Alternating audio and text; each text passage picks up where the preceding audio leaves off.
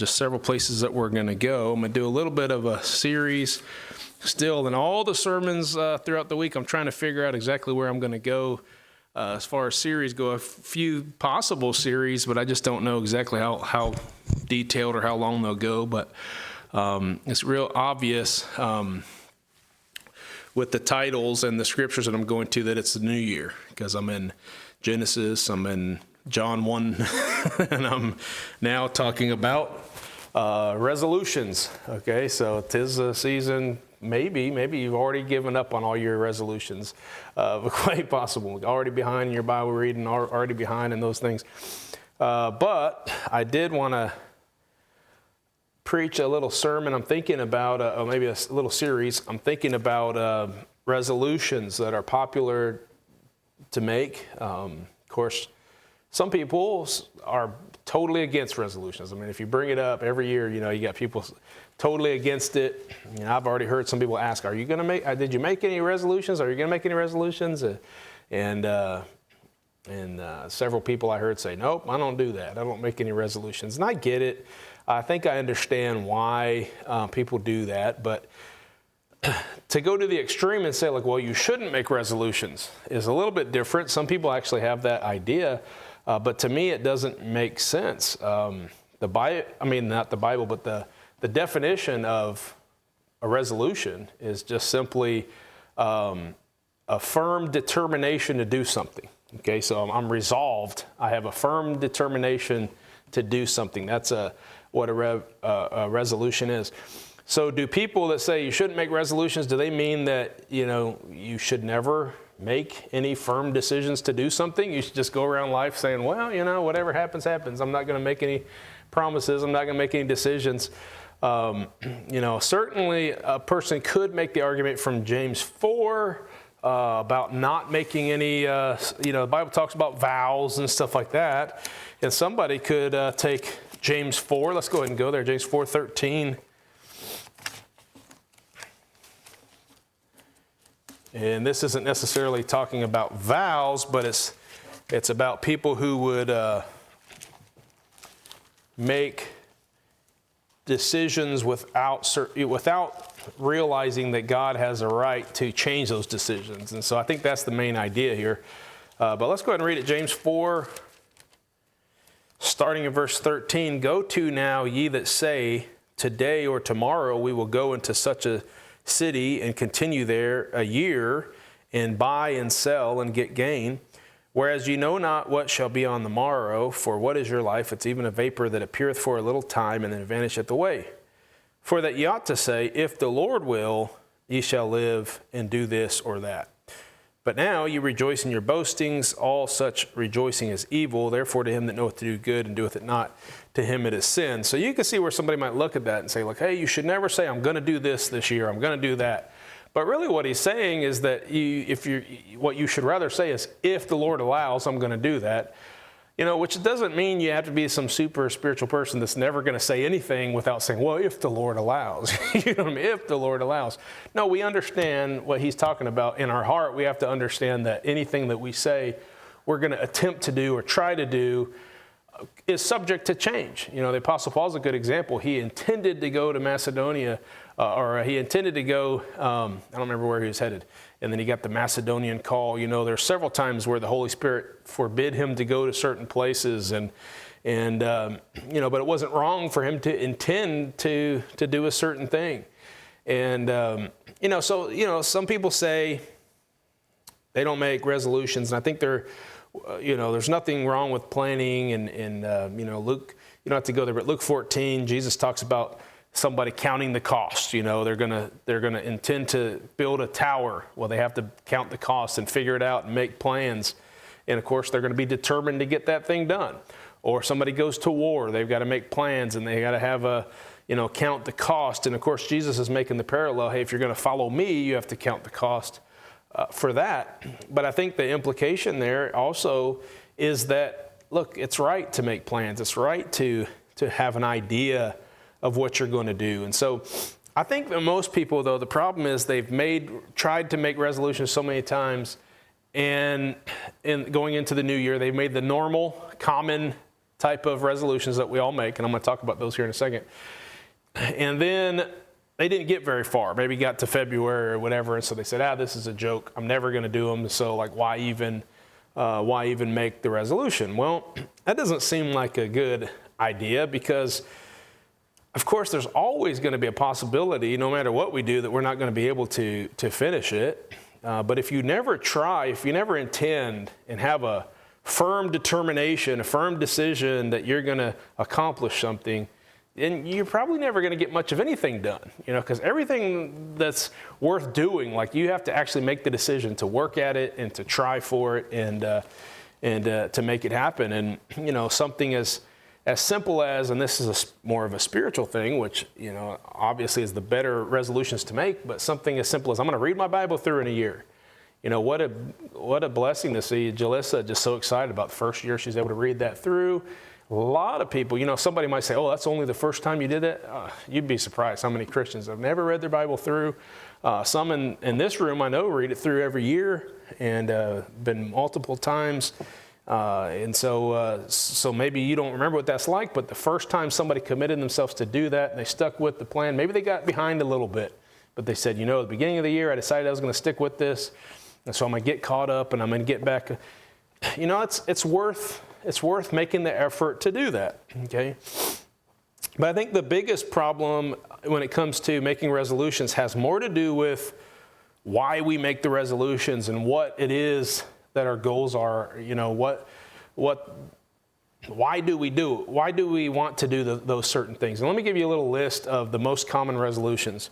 Looked at a few different lists, and pretty much all of the resolutions can be the typical resolutions, not counting Christians making the goal to read their Bible or whatever, but the standard ones that you could pretty much be assured. If you go down the street and ask people, hey, what were your New Year's resolutions? They're probably going to fit in one of these categories, which is fitness, finances, and mental health. All right, those, if you look through them, that they tend to be in one of those categories, okay? And so there's a whole list of them. I don't know how many I'm going to do, like how I'm going to go about which ones to preach, but there'll be more than just those three categories. I'm just going to talk about specific things, okay? So let me give you an example. Maybe you've made some of these resolutions, or maybe you're of the mindset, like I already said, like I'm not going to make a resolution. I'm not going to keep it anyway, so why would I even try? Well, that's a bad attitude to have, okay? But here are the most common ones. Exercise more. Okay, everybody says, I'm going to exercise. New Year's is, let's see, the end of December is like, all the exercise equipment. Like people are buying it up and all the throwing out the junk and all the food that was in the house, and they're getting all the things ready because they are ready to get into shape. And then by February, they're like, snow on the ground, it's too cold. Like who wants to do anything other than just stay under the blanket? And I get that for sure. But exercise more is, or certain exercise goals somebody might have for the new year. All right. Reducing stress. Don't we all want to do that? I actually have kind of made a resolution in a way this year to do that. Got some different ideas. Hey, Brandon, can you turn the heat I think everybody's so hot they're falling asleep before I even start preaching. And I get it. It's hot. It's hot. Okay, so reducing stress can mean a lot of things. Now, one of these times I'll talk about some of the resolutions as it relates to mental health and relaxation, stuff like that, okay? But lots of things you could put in that category. Having a healthier diet. Here you go again with exercise and diet and people wanting to eat right. Some people reading more books. I'm going to read one book a month, or some people have these different goals as far as reading goes. Some people say they want to get more organized, right? I've already known some folks that are, decluttering or minimizing and making their life a little bit easier. Hey, that will help with the mental health and several other things, but that's something that people do, getting more organized.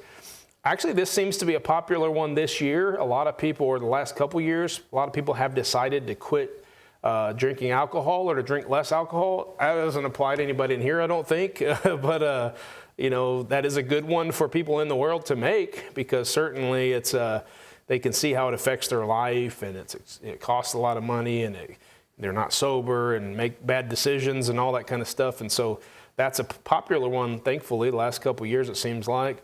Probably after 2020, everybody drank so much, they're like, hey, we got to do something about this, get my life back together. Okay, some people have goals about making their house look nicer, redecorating, renovating, something like that. Some people want to spend more time with the family, see the family more often. A lot of people want to get out of debt, or some people want to take that dream holiday. Okay, this is the year I'm going to go and I'm going to fly to Hawaii, or whatever the person has for their dream holiday. I don't think mine would be Hawaii, but. So anyway, again, these kind of fall into the three categories: fitness, finance, and mental health. So in this message, I want to talk about fitness, and there's a lot of things we could throw into fitness, but I feel like it would be okay to just kind of lump a bunch of those in together. Okay, let me give you a running definition of fitness. Pretty simple, right? The act of being physically fit and healthy. Okay, so we're going to talk about both of those, goals that would cause us to be physically fit and to be healthier. Those sounds like good things for us to do, but the series, though, isn't going to be like, why is it healthy for your body to do X, Y, Z? What I want to do with this series is look at the Bible and say, what is our motivation for doing these? What is good about? Why should we do these things? And maybe give some ideas about what we could add to our life to do them. Now, I'm not trying to give you everything in this list that they have to be your goals for the year, but certainly these are all things that we could probably consider in our life. How could we work more on these? Or should we work more on these? Or should we just not even worry about these subjects? Okay, so when it comes to fitness, the act of being physically fit and healthy, what are some reasons that we do that? And we want to look at some biblical examples and principles in regards to these things. Let me move this over to my time. I always try to do the lapel. It's called a lapel mic, so I feel like it's supposed to go there, but mine's a tie mic. Okay. Let me put that right there. All right, number one. Now this makes sense. Why should you worry about your health and your fitness, okay? Number one, because it helps you to live longer / have a better quality of life, okay? It's one thing to say live longer, but some people live a long time, but they have no quality of life. Like if you live a long time, but you're not really good to anybody or helpful to anybody, or you're just miserable the whole time, well, that's not a way to live. And so I want to put those together: longer life, better quality of life. Now, anytime I think about long life in the Bible, there's a couple different things my mind goes to. One's always, hey, honor your mother and father that your days may be long upon the earth. And so, I always talk about that. And then the other thing is, I always think about Genesis 47.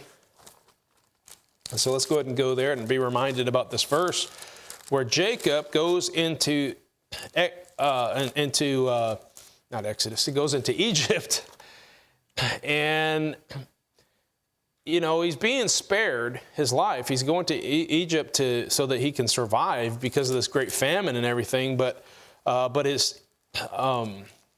Joseph, he just found out that Joseph was the one who was in there, who actually is responsible for saving their lives, and that's his son, of course. And so when Joseph then introduces his father Jacob to Pharaoh, it seems like the first thing he wants to talk about is age, so it seems to be a very important thing to this Pharaoh. Of course, we could look back at history and see how the Pharaohs, all the things that they did to kind of have longer life, or I think even the embalming process, though they were dead, there was something about them being able to be preserved, and it seems like they were very concerned with preserving the life. And so for whatever reason, Pharaoh sees Jacob. Maybe he's just recognized and say, this is an old guy. And he thinks about that. Okay, so what did I say? Genesis 47, look at starting verse 7. And Joseph brought in Jacob his father and set him before Pharaoh, and Jacob blessed Pharaoh. And Pharaoh said unto Jacob, how old art thou? And Jacob said unto Pharaoh, now I don't know how old Pharaoh was, but he's interested in Jacob's age. Pharaoh, he said, the days of the years of my pilgrimage are 130 years. Few and evil have the days of the years of my life been, and have not attained unto the days and the years of the life of my fathers in the days of their pilgrimage. And Jacob blessed Pharaoh and went out from before Pharaoh. Okay, so there's something honorable just about, it's like it's satisfying maybe, or, it seems like a success that you made it in your life to have long life. And so like what does it matter after you're dead and gone? I understand that. But for others to say like, look how long they lived and they took care of themselves and they did all these things. So long life does seem to have some benefit there. Now, of course, as Christians though, what is our life, right? It's just a vapor, appears for a little time and vanishes away. We certainly should be willing to live for Christ to the extent that our life's not the most important thing. I'm willing to lay down my life for the Lord, lay down my life for my family, for my friends. Our life shouldn't be so valuable that we think more about living long than serving the Lord. And look, some people take fitness and health to an extreme.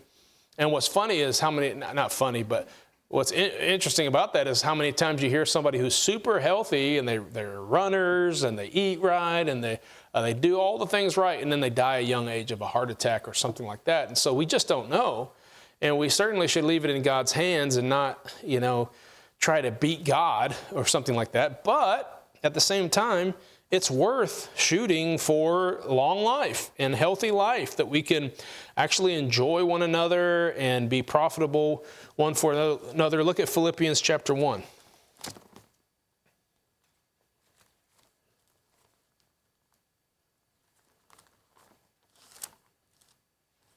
Philippians chapter 1, starting verse 21. The Apostle Paul was getting up in years and, of course, in jail and lots of persecution and all this. But he says here in verse 21 to the Philippians, he says, for to me to live is Christ and to die is gain. He's like, all my life, every year that I live, I'm going to live it for Christ. And if I die, even better, right? I'm going to be in heaven. I'll be with the Lord. He says, but if I live in the flesh, this is the fruit of my labor, yet what I shall choose I wot not, for I am in a strait betwixt two, having a desire to depart and to be with Christ, which is far better. Nevertheless, to abide in the flesh is more needful for you. And having this confidence, I know that I shall abide and continue with you all for your furtherance and joy of faith. And it seems like God gave Paul many years after this. And so I don't know all the details about his death, but we understand that he spent his last days kind of under house arrest, and people came in and out, and he taught them the Bible. And so he was a benefit. He was a blessing to other people. Now, of course, if you're living your life without meaning and you're not a benefit to anybody, you're not helping anybody, you're not a spiritual blessing to anybody, then maybe this isn't as important of a thing to you. But, we all should be wanting to leave something behind on this earth. What does it matter to us? We'll be dead and gone. Well, there's eternal rewards in heaven. A Christian, above all, should understand that. The more things I can do in this earth to lay up those treasures in heaven. Now, there's no more you can give than your life. So if you give your life for the cause of Christ, there's going to be some serious blessings and some serious rewards in heaven. But all the things you do in this life should be with the mindset of, hey, what am I doing? I'm doing it all for the Lord. I'm doing it to benefit other people on behalf of the Lord. Okay, so obviously somebody who's a pastor should want to have better health so they can hang around a little bit. They can be more of a blessing. I might think I'm fairly healthy. I don't think that I'm going anywhere anytime soon physically, but maybe I'm losing some mind. Right? This is something I had to really think about. Not here in the last few months. I started having some headaches, and Valerie's concerned about that. And I thought maybe I'm just a little stressed, not getting enough sleep. I'm trying to monitor my caffeine intake. Could that have something to do with it? Trying to think through those things. And you know what? I have actually been feeling a lot better. I don't know. There could be lots of things. I was sick there for a while, and now I'm not, so that's good, right? But I had to stop and think, you know what? I don't want to just go out like a flash. You know, here I am, I worked real hard, and I preached several messages a week, and started this work, and did all that. That's great, and I hope the Lord allows me to keep on going at a great level, you know, and be a blessing. But at the same time, if after that I'm like of no good because I can't remember things, and I can't, communicate. Here's what I find myself doing all the time. I don't necessarily apologize for it, but I find myself using illustrations. And I remember sitting under pastors who kept using the illustrations over and over, and it's like, we've already heard this one. I remember Brother A.F. Collins used to talk about how he just needs to number his illustrations so, you know, he could save some time by saying illustration number 1. Everybody can just laugh and get it over with. but he had some great ones. He wanted to hear him tell them again. But, that happens. At some point, you're like, man, I just can't remember. Did I say that? I find myself not remembering where I preached what or what exactly I said, and forgetting where verses are, and making all those mistakes. So, it is important to have good health, mental health, which I'm not necessarily talking about right now, physical health, and such like that, so that I can be a blessing to others for longer. And of course, I now have a little one in the house that's, when she starts getting into teenage, her mom and dad are going to be pretty old. And so I'm going to have to stay healthy a little longer if I'm going to be around to be a good dad, and to play with her, and to be able to help her, and all those kind of things, and Valerie as well. So we need to be concerned about our health and our fitness, okay? So how hard do we have to work towards this goal of living longer and having a better quality of life? Like, how many hours a day do you have to spend in the gym? What kind of commitments do you need to make? I mean, these are the things everybody wants to know, right? Well, I don't think that we should worry too much about it. Of course, our health is in God's hands. And if you look all throughout the Bible, all the pleas for God to give somebody health and give somebody strength, they're pleased to Him. Like, I can't do it, Lord. I need you to help me do it, okay? So, if you want to live longer, you want to be healthier, you want to have a better quality of life, make that part of your regular prayer in sincerity. Lord, help me make good choices. Even if I make bad choices, help me to live longer and to have good health. Only you can do it. What's that verse? I don't think I wrote it down, but it's in Isaiah 30. I can't remember.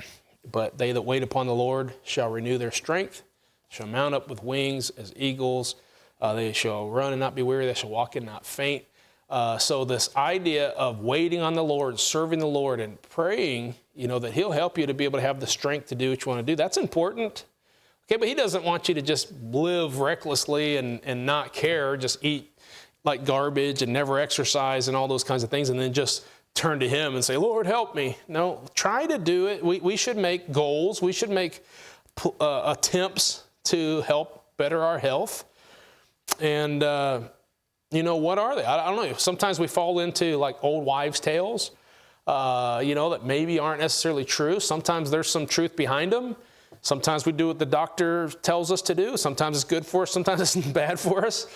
Sometimes we just try to listen to our body. There's lots of different things out there.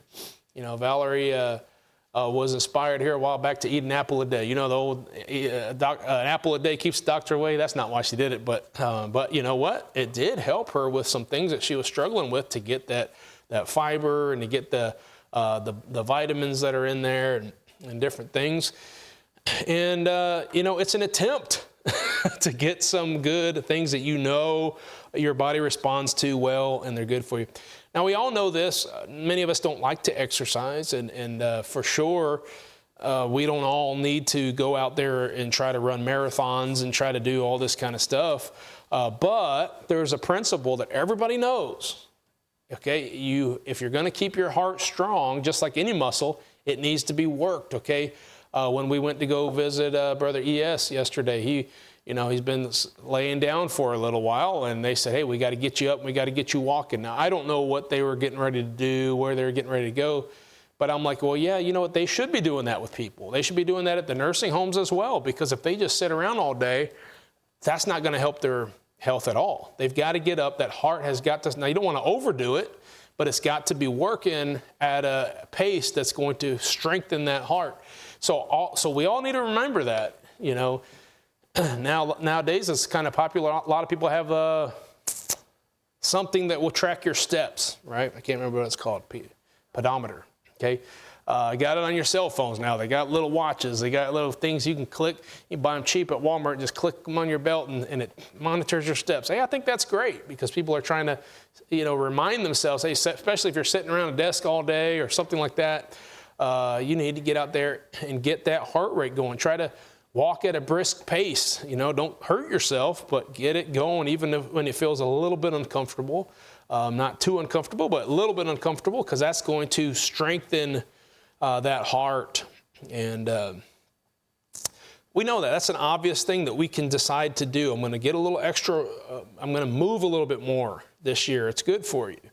Okay, we should try to minimize some of the pollutants that get in our system. We know they're bad for us, you know, but we do them anyway. There's so many bad chemicals out there. There's so many, you know, bad thing. We know when we eat it that we're eating garbage that's probably going to kill us, but we eat it anyway.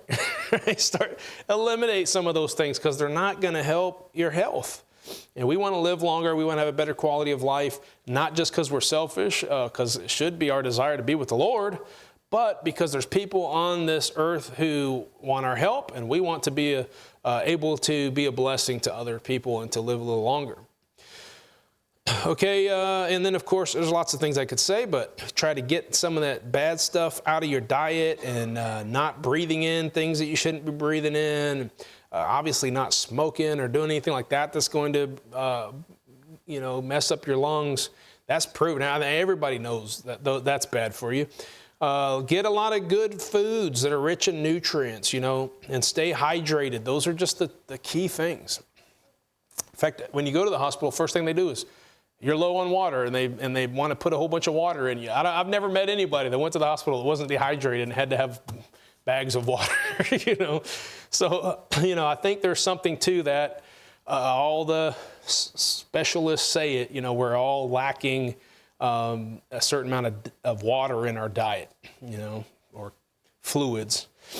And so just be mindful. There's nothing wrong with having those goals. You know, some people buy a big water bottle that's like, this is how much water you're supposed to drink each day. And they just fill that up at the beginning of the day. And they say, I'm going to try to drink that much by the end of the day. Make 1,000 trips to the bathroom. You know, that's just how it goes. But you know what? Even that's flushing out some of the toxins. So all this is good for us. And we should think about it. We should make goals to live healthier lives. Okay. Get the nutrients we need. You know, here's the problem with the fad diets. And here's what it comes down to. Okay, most people that make New Year's resolutions, here we go. What I said earlier, the problem with a lot of New Year's resolutions are why we're making them. Okay, here's what people get in their head: like, that's it. This year, I'm going to get that beach body. You know, this year I'm going to look good. I'm going to fit good in my clothes, and I'm going to do all this stuff. And then a couple months go by, and they're just like, yeah, right. I know I'm not going to do that. So who cares? And then they just kind of fall off the wagon. Okay. But you know, having strength and health and physical fitness and all those things, they don't really have to do with all the vanity things that people go to the gym for. And they do all, you know, these fad diets and all that so they can lose lots of weight. You know, here's my opinion on those. Our bodies are fearfully and wonderfully made. We can starve ourselves for a week, you know, and lose some weight, and it's not going to kill us. But you couldn't do that very long without being super sick, right? And so people that go on fad diets, well, it'll work for a little bit, but eventually you're going to be depriving of yourself of certain nutrients. God gave us a lot of things to eat, and we're fortunate to live in a time and in a place where we have access to a little bit of everything. We can get, you know, tropical fruits. We can get vegetables from all over. We can get nuts and coffee. Praise the Lord. And so one of the things I always think about is, you know, in regards to eating more healthful food, we shouldn't be trying to eliminate things. All right, a lot of people are like, well, you just got to lay off the carbs. You just got to lay off the... Now, some people have certain dietary problems where they have to do that. I'm not telling them what to do, but I feel like you're going to get the most nutrients by eating more variety of foods. Just eat lots of different foods, that maybe you don't like. Some people are really picky, and they only like certain kinds of foods, and they only eat, hamburgers, French fries, or whatever. Look, your pizza, you're not going to be healthy if that's all you eat. And so start learning how to eat some of these other things, fruits and vegetables and all those. And that's going to help your diet. And then, like I already said, eliminate some toxins, right? So eliminate the bad stuff. And so you already know what you shouldn't be eating. Just eat more of the good things that you don't want to eat, and it'll probably balance out. But if you get rid of some of the junk as well, sure, it'll improve our health. I don't want to just preach to you on that because I'm always trying to improve on it. I'm always knowing that I need to improve. I shouldn't say I'm always trying. I always know that I need to improve on it. Certainly nothing wrong with that. I think we should work on our fitness, okay? Number one, long life. Number two, here is a key. It makes us more effective in performing our daily responsibilities, okay? Being healthy, being strong, being physically fit helps us to be more efficient, to get more things done. Not to just be able to do a couple things and that's it, I'm done the rest of the day, I put my back out or whatever. No, you're physically fit, so you can keep going. You can get a lot of things done. You can get them done faster, and your heart is healthy, and now you can move a little bit faster, and so you can get a whole lot more done in a day. And these are very important things. Look at Ecclesiastes 9:10.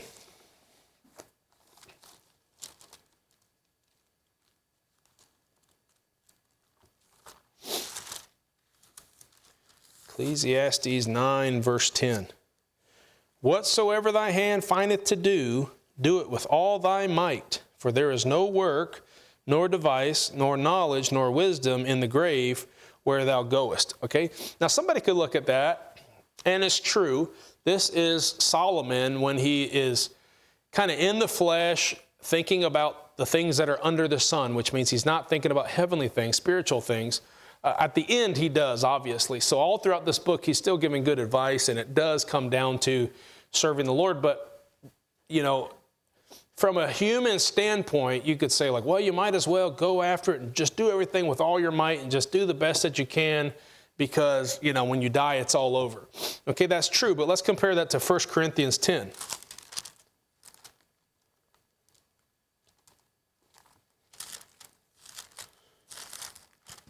1 Corinthians 10, verse 31. Whether therefore ye eat or drink or whatsoever ye do, do all to the glory of God. Okay, so if you combine that, like, hey, everything we do should be to the glory of God. So therefore, if I'm on the job, and I'm working for somebody, this is where I'm getting my paycheck, this is the person that's paying me, well, I should be a good worker. I should be doing what I'm doing with all of my might, and the Bible talks about this in several places, for the glory of the Lord. And obviously it's going to affect our testimony, it's going to affect what other people think about us, but it's ultimately for the Lord. And so when we do something with all of our might, it's not just because, hey, you only got a short time to live, so go work hard, play hard, and all this, and then, when you die, you die. No, we should be doing it for a good reason, because it's good for us, and actually working hard is going to be healthy for you too. That's going to improve your fitness. And so you're going to be able to work more, and then working more is just going to help you to be even more fit. And so we should do things with all of our might. And ultimately, it's going to help our quality of life in this way. If you're working more and you're more efficient, you're going to make more money. People, you're never going to be without work, because people are always going to be like, hey, we need you. We want you to work. You're a good worker, and you get the job done. And so you're going to be, have the promotions at work. You're going to be able to make more money. I realize money's not everything, but it sure helps. You take care of your family. It sure helps you be able to get things done in life. And we shouldn't seek riches and try to be rich, but we should at least, try to do the job and make our fair, honest wage. It helps, as I said, our testimony, and then ultimately it just makes you feel good. You had a good day, you were successful, you were profitable, it makes you feel good, as opposed to like, man, I didn't get anything done today. You know, I told you I was sick here for a couple weeks. It was weird. I thought I was over it, and then I got it again. And I'm usually never sick for more than a couple days at the most. But this was like a long thing, and there was a few days where I just sat around and did nothing. And I know you can say like, well, yeah, but you were just resting and you're taking care of yourself. Yeah, but it made me feel worse. You know, a lot of times if I'm a little sick, I can still get work done, and I can still get some. But after, I was just like, man, I spent the whole day, I didn't get anything done. It just made me feel bad.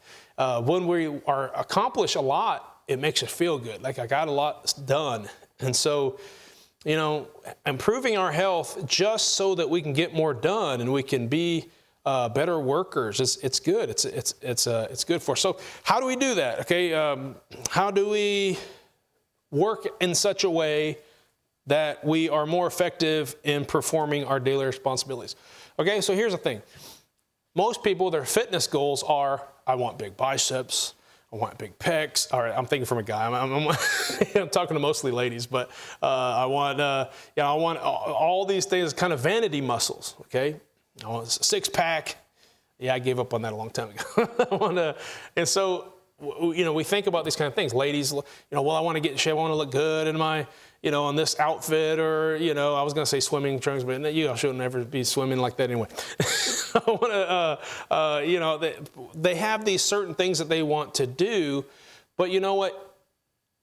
What makes better sense is that we're doing things that are going to help us with our daily life. For instance, you know, I better strengthen my back, work out those muscles that help my posture. You know, I was talking with Brayden about this, and he was trying to work on his posture because he noticed, you know, hunched down a little bit, and he's trying to work on that. Sorry to embarrass you, but and he's like, you know what? My back hurts because I'm working on my posture, and it hurts now. Like, it's more comfortable if I don't work on my posture.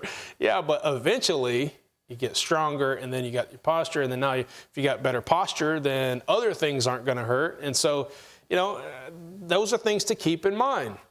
Here's something that I think about, like, you know, one of the things I do in the morning, I have a cleaning job where I'll just go clean an office building. Sometimes I'll pick up other cleaning job, but it's nothing major. But, you know, there's little things that I'll do on a regular basis.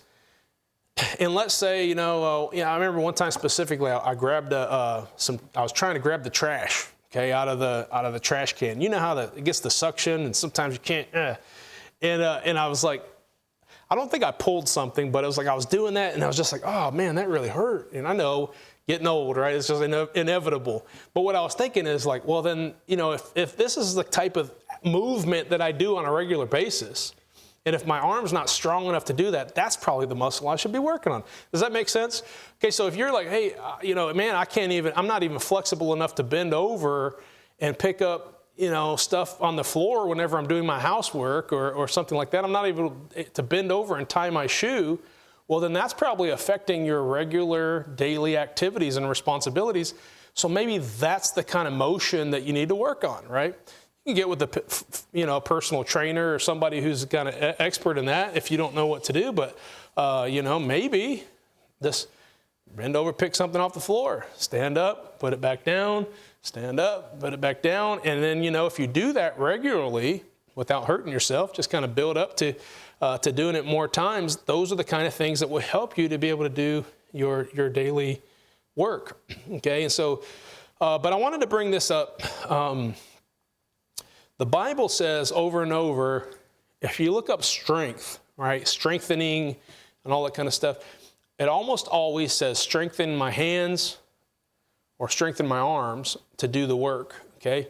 But all the times it says strengthen my hands, I was thinking like David is talking about fighting a war, okay? He's fighting with bow and arrows, he's fighting with swords, and he's like, Lord, strengthen my hand, because if you fought long enough with that, using tools, using weapons, whatever it is, and your hands start giving out, then obviously you're of no good anymore. You're no value anymore because your hands are too weak. Okay, and it's interesting. Like any, you know, if somebody's wanting to curl and get big biceps, you know, well, if your hands are weak, you can't curl as much. You know, I'm trying to do pull-ups, right? It's really sad right now, so don't try to watch, but I'm trying to do some pull-ups and be able to do like, 3 sets of 10 or something like that, and I've got a long ways to go. But here's the thing, if your hands aren't strong enough, you can't do this kind of thing. So the Bible actually tells us, talks about strengthening the hands. The lady was, I think in the Proverbs 31, the virtuous woman talks about she strengthens her hands, right? So that she can do the work. It's not, I don't think the man had to open her pickle jars. she strengthens her hand. I don't mind opening pickle jars, but think about man, they used to have to do a whole lot more. Now they just throw it in the washing machine or whatever. But they used to wring those clothes out and put it on the board and all that stuff. They have some strong hands, I guarantee you. And so strengthening your hands for the work. So, you don't have to think about getting a gym membership and improving all of your, physique and all this kind of stuff. No, but set some goals to say, what I am going to get stronger, more effective at my job. I'm going to get healthier. Work that heart so that I'll be my heart will beat longer, and I can be healthy in that. Okay, so focus on movements that are accurate to life, and how I was, one of the workouts I do a lot when I am at the gym or got my free weights or whatever is this is kind of funny too, but a real one I like to do is like this, right? Because I hate not being able to, getting tired when I'm trying to start the lawnmower. Wears me out. No, I want to build those muscles up, right? Because I can, whatever. And here's the other thing, the reason that we have gym memberships now and work so much at that and treadmills and all this kind of stuff, Stairmaster. If somebody uses a Stairmaster at the gym and then they go to the mall or whatever and they use the escalator instead of the stairs, or they use the elevator instead of the stairs to go up to the next floor or whatever, and we understand that for convenience, right? But the reason why we do all those things is because we don't really have an active lifestyle like people did for many years, and I think, for instance, if men had to go, and I already mentioned the women, some of the things that they had to do that were more physical. If men were actually out there chopping wood, if men were actually out there gathering wood and bringing it to the house and doing all these things, they would probably have all those muscles that they need to be able to do lots of different things. And so I'm just talking about fitness, what the Bible says about it, what the reasons to have good fitness. 1 is for better health, longer life and quality of life. 2 is to effectively perform your daily responsibilities. And 3 is just for the mental benefits of self-discipline, okay? Now, obviously, the other ones I think kind of outweigh this, and I'm going to talk about mental health on another day, but, all of the physical things that I've done in my life, like to test my physical limits and all that kind of stuff, yeah, they help me physically, but there was also just the matter of the discipline, okay? If I'm going to have a routine in my life, if I'm going to make a goal, hey, this year I'm going to get up in the morning, I'm going to go for a walk, or I'm going to get up for the morning, I'm going to go to the gym, lift some weights or whatever, there's a discipline involved in making myself get up, making myself go do it, Obviously more important, and I'm going to finish with this verse in a minute, but are spiritual things, okay? So I'm going to get up every morning, I'm going to read my Bible. That's way more important. But I'm talking about fitness right now, okay? So waking up and deciding you're going to do that, or maybe after work or whatever, I'm going to get this in. There's a discipline involved, and even though, yeah, it's helping you physically, it's also helping you mentally because you're dedicating yourself to do this thing every day. And Paul compares his physical training. You don't have to go there, but 1 Corinthians 9, he compares it to running a race and to fighting a fight. And he says he keeps his body in subjection and all those kinds of things. But then he closes that out by saying, so that I won't be a castaway for the Lord. And he's saying that, he's using the analogy of somebody preparing for a fight. All right. And fighters, really of all the sports that are out there, you say, oh man, them football players are tough. That's true. But combat sports, really like boxing, MMA, all these kinds of things, that's really the most challenging, like in all the things in life, like what do you want to be fit to be able to do? Well, you can be fit and be able to play basketball, but that's only going to help you with so many things in life, But really, if you think about it, like from a man's perspective, like the most challenging physical fitness thing is to be able to fight and wrestle and do all those things. And so the Apostle Paul is using that as one of the most athletic things somebody could do. And he says, I keep my body in subjection like a wrestler, like a boxer, like a runner who's running a race. That would be more of the endurance part of that. And all fighters, they practice running because that helps them be able to have the endurance to fight. And so he does all that, but then he says, like, he makes the analogy, and he says, but I'm doing it, I'm keeping my body in subjection for spiritual things. But I would say this, that even having a lifestyle that disciplines yourself to eat better foods and to say no to bad foods, and having the discipline to get out and get exercise because you need it, it's good for you, just having that discipline and the sober mind to say, like, I'm going to do this, I'm going to be in control of my body, that actually helps us spiritually as well. And it helps us be able to have a better walk with the Lord, to be mentally self-disciplined, all right? Go to 1 Timothy 4, and I'll close with this.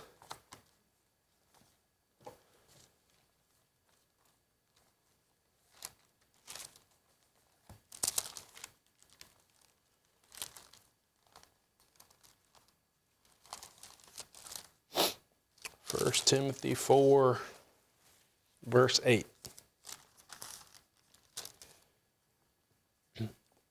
For bodily exercise profiteth little, but godliness is profitable unto all things, having promise of the life that now is, and of that which is to come.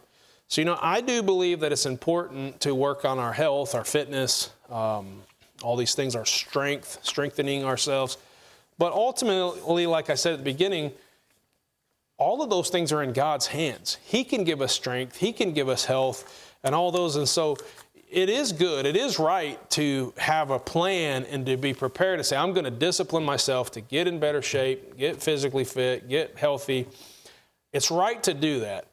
But it's way more important to be spiritually minded. Be involved in reading your Bible. Be involved in sharing the gospel. Be involved in listening to the preaching and maybe taking notes if you need to, or doing your own study for things that you didn't understand, going back and following up and studying these spiritual exercises that are going to help you to live for the Lord.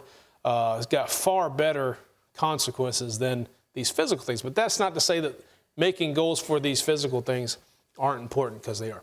All right, let's go to the Lord in prayer. Father, we thank you for this new year, and certainly many people have made resolutions regarding their physical fitness. I pray that you help it be with the right motivation, for the right reasons.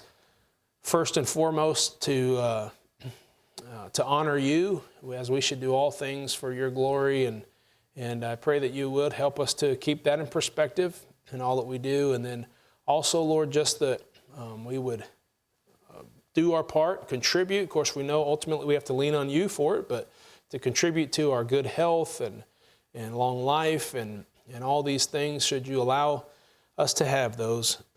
Help us to make right choices so that we can do that better, and we can be mentally and physically and emotionally fit, Lord, to be of more value to the world and to our friends and family.